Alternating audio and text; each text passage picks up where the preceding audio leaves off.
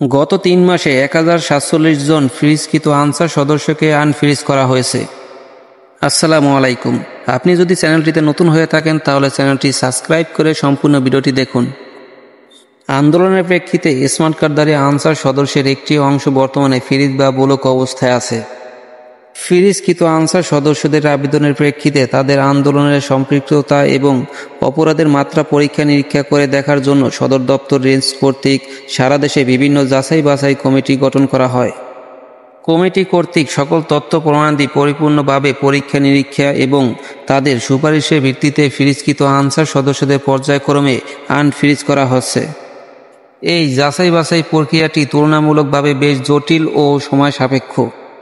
মহাপরিচালক মহোদয়ের নির্দেশনা অনুযায়ী কোনো অপরাধী যেন ছাড় না পায় এবং কোনো নির্দোষ ব্যক্তি যেন শাস্তি না পায়, এই বিষয়টিকে সর্বোচ্চ গুরুত্ব দিয়ে যাবতীয় বিষয়গুলো পরীক্ষা নিরীক্ষা করে যে সকল আনসার সদস্যদের উক্ত ন্যাক্কারজনক ঘটনার সম্পৃক্ততা পাওয়া যায়নি তাদেরকে ধারাবাহিকভাবে ফ্রিজ হতে আনফ্রিজ করার কাজ চলমান রয়েছে।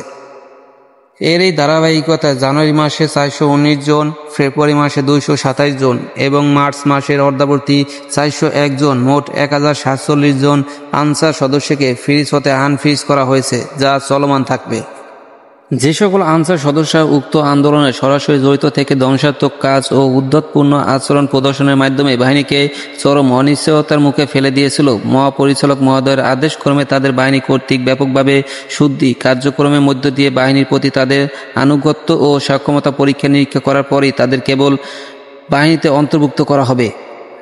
বর্তমান মহাপরিচালক মহোদয় দায়িত্ব গ্রহণের পরপরই বিশাল চ্যালেঞ্জিং পরিস্থিতিতে অত্যন্ত সফলতার সাথে মোকাবেলা করেন এবং বাহিনীর শৃঙ্খলা দ্রুত ফিরে এনে অল্প সময়ের মধ্যে মানুষের কাছে বাহিনীকে আস্থার জায়গায় নিয়ে এসেছেন। বাহিনীর সকল স্তরে কাঠামোগত সংস্কার কাজ চলমান রয়েছে। মহাপরিচালক মহোদয় বিভিন্ন ফোরামে বরাবর বলে এসেছেন তিনি রেস্ট এবং ফ্রিজে থাকা আনসার সদস্যদের কষ্ট উপলব্ধি করতে পারেন। বাহিনীর প্রধান হিসাবে তিনি তাদের পরিবারের আর্থিক দুরবস্থা ও মানবেতর জীবনযাপনের সম্পর্কে অবগত রয়েছেন। রেস্ট থাকা এবং ফ্রিজকৃত আনসার সদস্যদের দ্রুত কর্মস্থানে নিশ্চিতকরণে বাহিনীর সকল পর্যায় থেকে উদ্যোগ গ্রহণ করা হচ্ছে। তাই বাহিনীর মহাপরিচালক মহোদয়ের প্রতি আস্থা রেখে ফ্রিজকৃত আনসার সদস্যদের ধৈর্য ধারণ করতে বলা হয়েছে। যে সকল ফ্রিজকৃত রেস্ট থাকা আনসার সদস্যদের বিভিন্ন সামাজিক যোগাযোগ মাধ্যমে বাহিনীর সম্পর্কে আপত্তিকর মন্তব্য অব্যাহত রাখছেন তাদের নজরদারির আওতায় আনা হচ্ছে। তাই মহাপরিচালক মহোদয়ের প্রতি পূর্ণ আস্থা রেখে বাহিনী সম্পর্কে সকল প্রকার নেতিবাচক প্রচারণা না করে যার যার অবস্থান থেকে বাহিনী ও দেশের স্বার্থে কাজ করার জন্য অনুরোধ করা হচ্ছে।